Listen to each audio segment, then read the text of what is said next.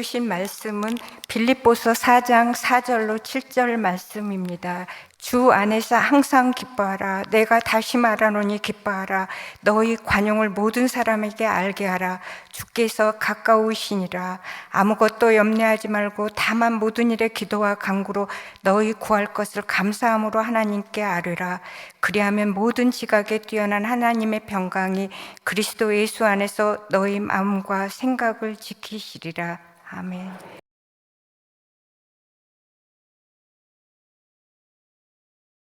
할렐루야. 우리 권사의 헌신 예배에 나오신 모든 분들을 주님의 이름으로 환영하고 축복합니다. 하나님께서 우리 영은의 귀한 권사님들 한 분 한 분 이 시간 성령으로 충만하게 해주시기를 소망합니다. 또한 기쁨으로 충만하게 해주실 줄 믿습니다. 우리 이 시간 옆에 계신 분들과 이렇게 한번 인사해봤으면 좋겠습니다. 기쁨을 위한 선택을 합시다. 항상 기뻐하며 헌신합시다. 네, 감사합니다. 하나님께서 우리 모두를 기쁨의 자리로 인도해 주시기를 축원합니다. 학창 시절에 참 좋은 친구가 있었습니다. 중학교 2학년 때 같은 반이었는데요. 그때만 해도 저랑 키가 비슷했어요. 성적도 비슷했고 좋아하는 운동도 비슷했습니다. 그 친구가 성격이 아주 좋아서 친하게 지냈었습니다. 그 친구와 함께 뭐를 하게 되면 항상 기쁘고 즐거웠습니다. 다 재밌었어요. 그러다가 중3 때도 같은 반이 되었는데 그때부터 그 친구와 제가 조금씩 차이가 나기 시작했습니다. 먼저는 키부터 차이가 났는데요. 저는 중2 때 이후로 하나도 안 컸어요. 지금 이 키가 딱 중2 때 키입니다. 그런데 그 친구는 그때부터 조금씩 더 쑥쑥 컸습니다. 그러더니 운동도 저보다 더 잘하게 되었고요. 같이 축구를 하면 실력이 비슷하다, 저 혼자 그렇게 생각했었는데 언제부턴가 아이들이 그 친구하고만 같은 편을 하려고 하는 것을 보며 많이 실망했더랬습니다. 뿐만 아니라 성적에서도 차이가 많이 나기 시작했어요. 저는 성적이 계속 그 자리에 머물러 있었는데 그 친구는 방학이 지나고 나니까 한번 쑥 올라가더니 그 다음부터는 계속 상위권에 머물러 있었습니다. 그때부터 제 안에 묘한 경쟁심이 생기기 시작했습니다. 같이 운동을 하면 무조건 이기고 싶어졌어요.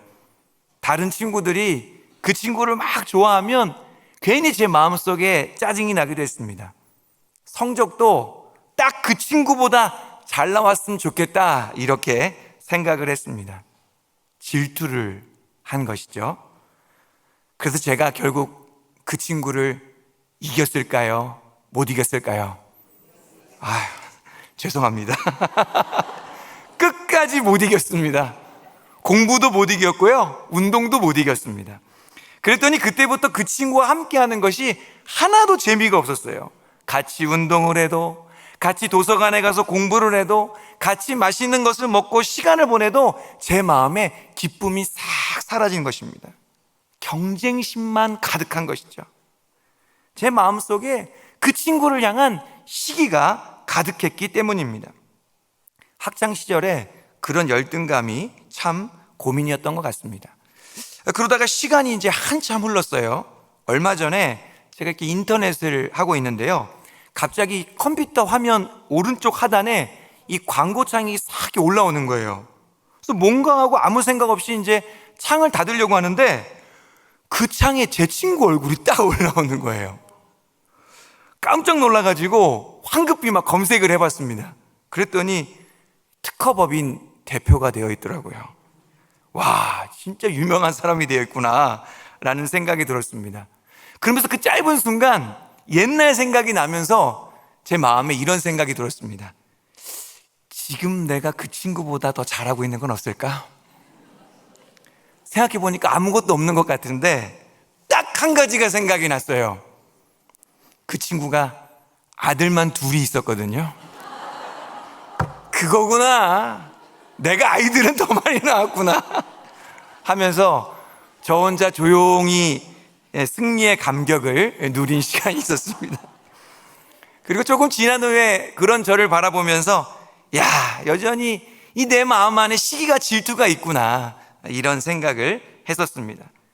사람의 마음 속에는요, 그런 경쟁심이 있습니다.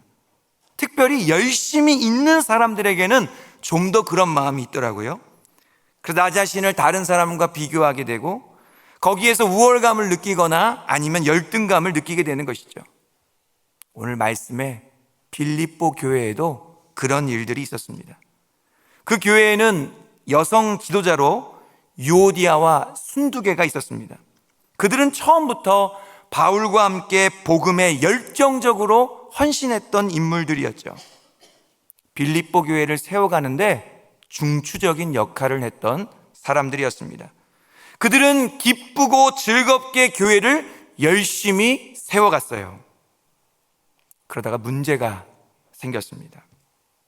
이분들이 어느 순간부터 시기와 다툼으로 교회 일을 하기 시작한 것입니다. 한 마음으로 헌신한 것이 아니라 서로 다른 생각을 가지고 열심을 냈습니다. 뿐만 아니라 서로의 일은 돕지도 않았어요. 쳐다보지도 않았어요. 한 교회에서 섬기는데도 상대방의 일이라고 아무 관심을 갖지 않았던 것이죠. 오히려 내가 하는 일만 더 잘 되고 더 잘 드러내게 하려고 했었습니다. 그들은 잘못된 방향으로 더욱더 헌신했던 것이죠. 경쟁이 더 치열해지고 질투가 더 심해졌습니다. 그 결과 그들의 마음에는, 그들의 헌신에는 기쁨이 싹 사라졌습니다. 일은 계속해서 열심히 감당하고 있는데 즐거움이 전혀 없어요. 최선을 다해 애를 쓰고는 있는데 그 마음에 아무런 감격이 없는 것입니다. 오히려 하면 할수록 화만 더 났습니다.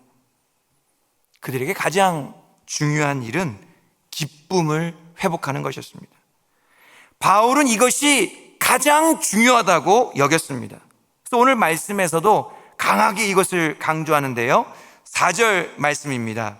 바울이 뭐라고 말하면요, 빌립보 교인들이여 주 안에서 항상 기뻐하라. 내가 다시 말하노니 기뻐하라. 바울은 빌립보 교인들이 참된 기쁨을 회복하기를 원했습니다. 오늘 말씀을 통해 참된 기쁨을 위해 우리가 어떤 선택을 해야 할지 살펴보고자 합니다. 이 기쁨을 위한 첫 번째 선택은 4절 말씀에 나오는데요, 우리 4절 말씀 함께 받들어 읽어보겠습니다. 시작. 내가 다시 말하노니 기뻐하라. 아멘. 이 바울이 말씀하는 기쁨은 현세적이거나 일시적인 기쁨이 아닙니다. 항상 기뻐할 수 있는 기쁨이에요. 다시 말해 영원한 기쁨이라고 할 수 있죠. 그 기쁨을 우리는 어디서 찾을 수 있습니까? 오직 주 안에서만 찾을 수 있습니다. 주님 안에 우리에게 필요한 그 영원한 기쁨이 있다는 거예요. 그 기쁨이 있어야지만 우리는 항상 기뻐할 수 있는 것이죠. 바울에게는 그 기쁨이 있었어요. 그러기에 그는 감옥에서도 기뻐할 수 있었습니다. 비록 감옥에 있었지만 자신에게 넘치는 그 기쁨을 빌립보 교인들에게 나누고 싶어 했습니다. 그는 언제 어디서나 기쁨의 모범을 보였던 기쁨의 사람이었던 것이죠. 그렇지만 그런 지경에까지 이르는 것이 쉽지는 않습니다. 저도 이제 교회에서 사역을 하다 보면 제 나름대로는 항상 기뻐하려고 노력합니다. 특별히 성도님들을 대할 때는 제 안에 있는 에너지를 막 끌어올려가지고 최대한 기쁜 표정으로 대하려고 합니다. 그랬더니 저희 자녀들이 저한테 그렇게 말하더라고요.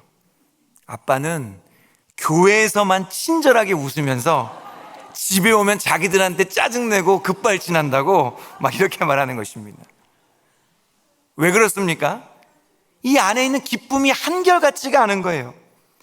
기쁨이 영원한 기쁨이 아니다 보니까 시간이 지나면 없어지는 것이죠. 장소가 달라지고 만나는 사람이 바뀌면 그 기쁨이 변하게 되는 것입니다. 자녀들한테 그런 얘기를 듣고 나니까 한편으로 기분이 나빴습니다. 그런데 또 한편으로는 그 말이 맞거든요. 그렇다면 우리가 어떻게 해야 교회에서도 가정에서도 항상 똑같이 일관되게 기뻐할 수 있겠습니까? 주 안에서 기쁨을 찾아야 될 줄 믿습니다. 억지로 기쁨을 끌어올려서는 안 되고 주님 안에만 있는 그 영원한 기쁨을 누려야 될 줄 믿습니다. 그 기쁨이 있을 때 우리는 항상 기뻐하게 될 것입니다. 이러한 기쁨을 깨달았던 성경 인물이 있습니다. 바로 하박국 선지자이죠. 하박국은 바벨론이라는 나라의 횡포에 분노했던 사람입니다.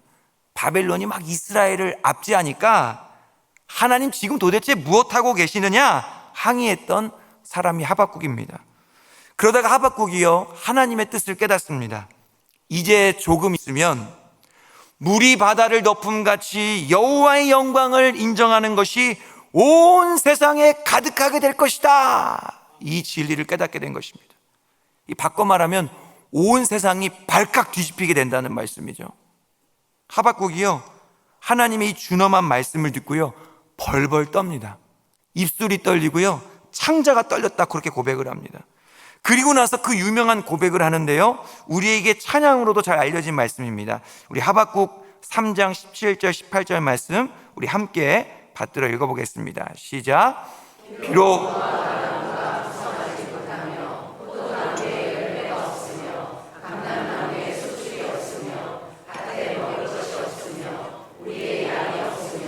외양간에 소가 없을지라도 나는 여호와로 말미암아 즐거워하며 나의 구원의 하나님으로 말미암아 기뻐하리로다. 아멘. 우리가 이 말씀을 가지고 찬양할 때는 막 흥겹게 찬양하거든요. 무화과 나뭇잎이 마르고. 그런데 사실은요 이 성경 말씀을 하박국이 고백할 때는요 벌벌 떨면서 고백을 했어요. 나에게 모든 것이 사라진다 할지라도 내가 원하고 바라는 것이 다 무너진다 할지라도 그렇다 하더라도 오직 나는 여호와로 말미암아 즐거워하겠습니다. 나의 구원의 하나님으로만 기뻐하겠습니다 라고 결단한 것이죠. 하박국이요 영원한 기쁨을 다짐했던 것입니다.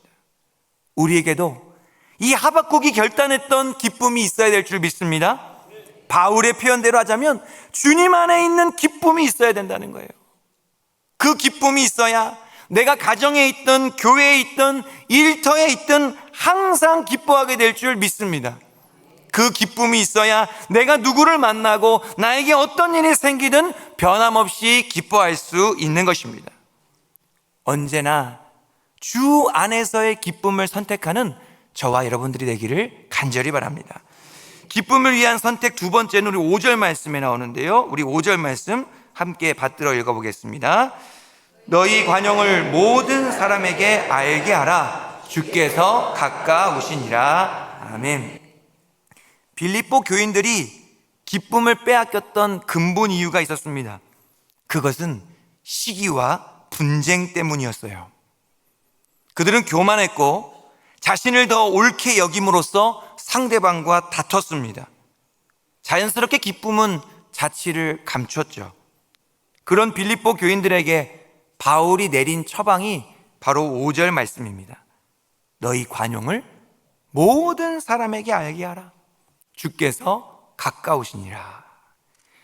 여기서 관용이라는 이 헬라어의 뜻은 자신의 주장이나 권리를 앞세우지 않는다라는 것입니다. 그러다 보니 다른 사람을 존중하는 거예요. 그들의 잘못이나 결점을 용납하는 것입니다. 그것이 바로 관용이죠. 그런데 빌립보 교인들은 서로에게 관용을 베풀지 않았습니다. 그들은 경쟁하고 시기하고 있었기에 사소한 잘못이라도 어떻게든 찾아냈습니다. 서로에게 부족하고 모자란 부분은 어떻게든 찾아내서 확대 재생산했습니다. 그런 일들이 일어나는 곳에는 기쁨이 있을 수가 없는 것입니다. 이 시대의 중요한 키워드 중 하나가 바로 복수입니다. 짜릿한 복수는 사람들의 마음을 짜릿하게 해주죠. 영화, 드라마 등을 봐도 복수가 중요한 소재로 등장합니다. 그 시나리오를 보면 주인공이 먼저는 억울한 일을 당하죠. 그러면 그 다음에 어떻게 해요? 철저하게 준비를 합니다. 그리고 가서 몇 배로 응징을 해주는 것이죠. 그걸 보고 있으면 사람들이요, 아, 시원하다 이렇게 하면서 대리만족을 느낍니다. 뿐만 아니라 운동이나 예능 프로그램에서도 이 리벤지가 중요한 역할을 하죠. 리벤지 매치, 복수할 수 있는 경기인 것입니다. 몇 번을 아깝게 지다가 결국에 한 번 이겼어요. 그러면 복수했다고 기쁘고 즐겁게 뛰는 것입니다.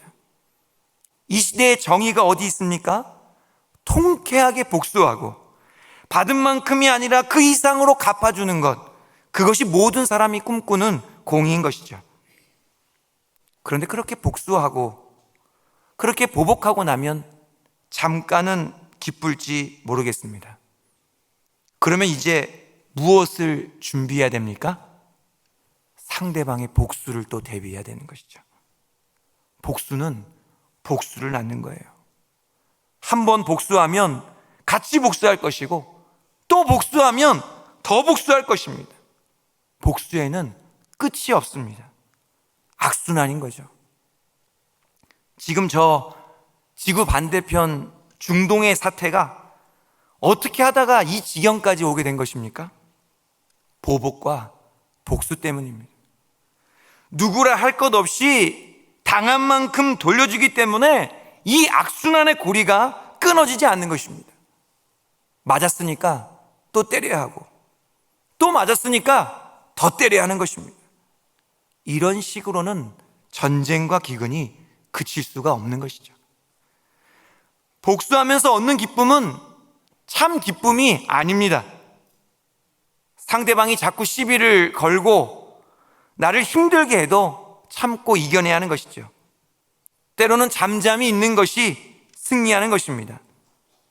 그렇지만 또 어떤 때는 대응해야 할 때도 있어요. 그렇지만 적당히 해야 되는 것이죠. 지나치게 대응해서는 더 큰 화를 부르게 되기 때문입니다. 악한 다툼이 끊어지기 위해서는 관용이 필요합니다. 서로에게 관용이 베풀어져야 갈등과 대립이 끝나죠. 그래야 기쁨을 위한 자리가 우리 가운데 준비되는 것입니다. 서로 용납하고 이해하고 존중하며 서로의 부족함과 연약함을 채워주는 곳에는 결국 기쁨의 꽃이 피어나게 될 줄 믿습니다. 오늘 말씀에서는 특별히 누구에게 관용하라고 말씀하고 있습니까? 모든 사람에게 관용하라고 말씀합니다. 나와 친하든 친하지 않든 나에게 잘해두든 그렇지 않든 공평하고 차별이 없이 관용을 베풀라 말씀하십니다. 왜냐하면 주님께서 가까이 계시기 때문이죠. 이제 주님께서 곧 오시면 모든 행위와 모든 은밀한 일에 대하여 선악간에 심판하실 것이기 때문입니다. 바울은 우리가 다 반드시 그리스도의 심판대 앞에 서게 될 것이라고 말씀합니다. 그리고 선악간에 행한 것을 따라 받는다라고 말씀하죠. 그럼에도 불구하고 사탄은 끊임없이 우리를 부추깁니다. 기회를 봐서 티나지 않게 복수하라고 속삭이죠. 복수의 기쁨으로 우리를 유혹하는 것입니다. 그러나 우리가 선택해야 하는 것은 복수가 아니라 관용인 줄 믿습니다. 편애가 아니라 공평이고요, 공격하는 것이 아니라 용서하는 것입니다. 그러한 선택이 바로 기쁨을 위한 선택인 줄 믿으시기 바랍니다. 참된 기쁨을 위해 용기 있게 선택하는 저와 여러분들이 되기를 소망합니다. 마지막으로 기쁨을 위한 선택이요, 6절 7절 말씀에 나오는데요, 우리 6절 7절 말씀 우리 함께 받들어 읽겠습니다. 아무것도 염려하지 말고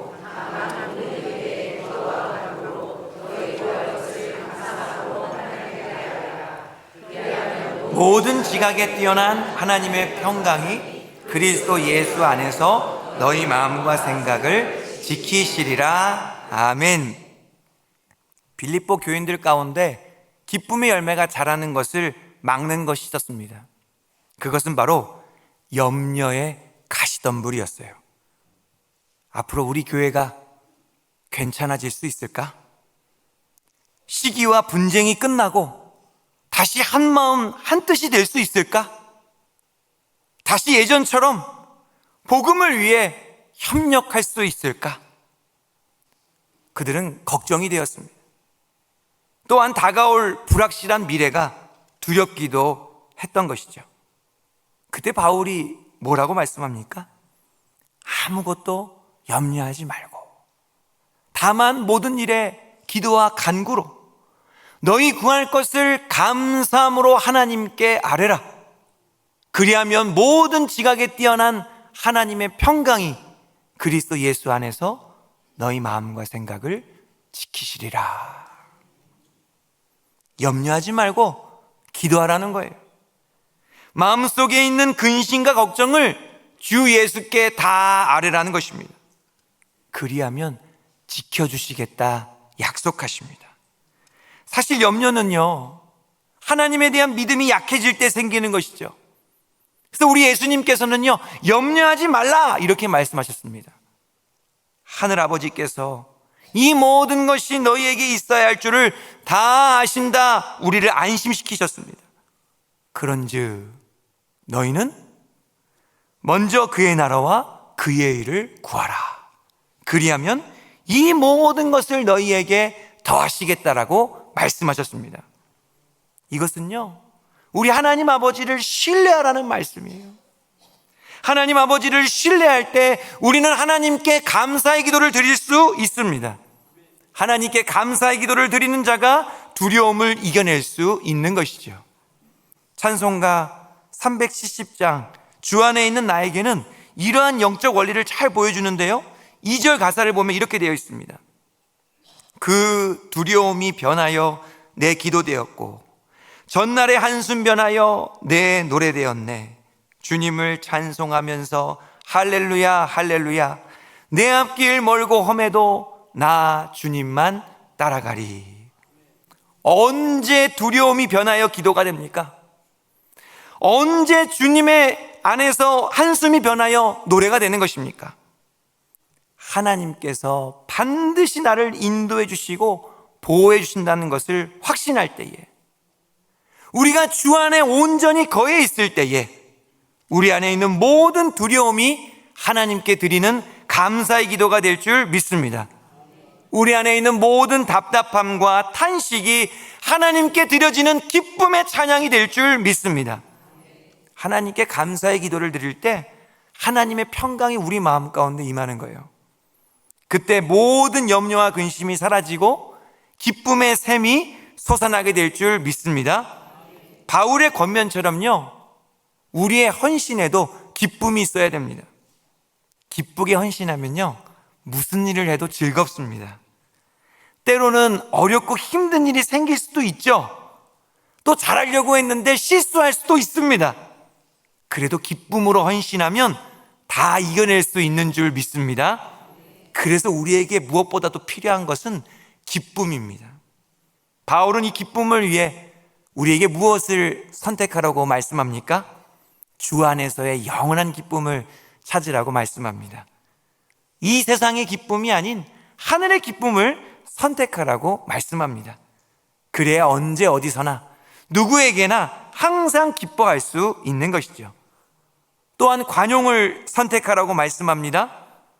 복수나 보복이 아닌 이해와 용납을 선택하라고 말씀합니다. 그래야 악순환이 끊어져요. 시기와 분쟁의 자리에서 기쁨의 꽃이 피어날 수 있는 것입니다. 마지막으로 하나님께 감사의 기도를 드리라 말씀합니다. 감사의 기도를 드릴 때 두려움과 염려의 파도를 이겨낼 수 있습니다. 하나님의 평강을 맛보고 기쁨의 우물물을 길어낼 수 있는 것이죠. 얼마 전에 신방을 하다가 90세가 넘으신 어르신들을 방문한 적이 있습니다. 어르신들께서는 연세가 너무 높으시고 또한 육신이 쇠약해지시다 보니까 조금 움직이시는 것조차 많이 불편해 하셨습니다. 어쩌면 우리 모두가 가야 할 길인 것이죠. 그런데 그 어르신들의 공통점이 있었습니다. 신방을 하는 동안 그 어르신들의 모습 속에서 저는 기쁨을 느낄 수 있었습니다. 한 어르신께서는요, 힘이 닿는 대로 말씀을 필사하시는 거예요. 그러면서 고백하시는 것이 내가 이렇게 할 수 있음에 감사한다, 이렇게 말씀하셨습니다. 또 하나 어르신께서는요, 내가 이제 이 나이에 무엇을 할 수 있겠냐고 그러시면서 하루 종일 말씀을 읽으시고 또한 기도하신다, 이렇게 말씀하셨습니다. 그러시면서 제가 오기 전에 이 요나서를 읽고 계셨는데 은혜를 정말 많이 받으셨다라고 하셨습니다. 그 얘기를 들으니까 제가 은혜가 되더라고요. 또한 우리 교회를 위해서요, 영아부부터 당회까지 하나도 빼놓지 않고 매일 기도한다라고 말씀하셨습니다. 기도할 때마다 하나님께서 응답하신다라고 하셨습니다. 그때 깨달았어요. 우리 영혼교회는 이런 어르신들의 기도를 통해서 든든하게 설 수 있는 것이구나. 그런 기도가 우리 교회를 지탱하고 세운다는 것을 깨닫게 되었습니다. 그 어르신들께서는요, 이제는 마음대로 할 수 있는 것이 거의 없었습니다.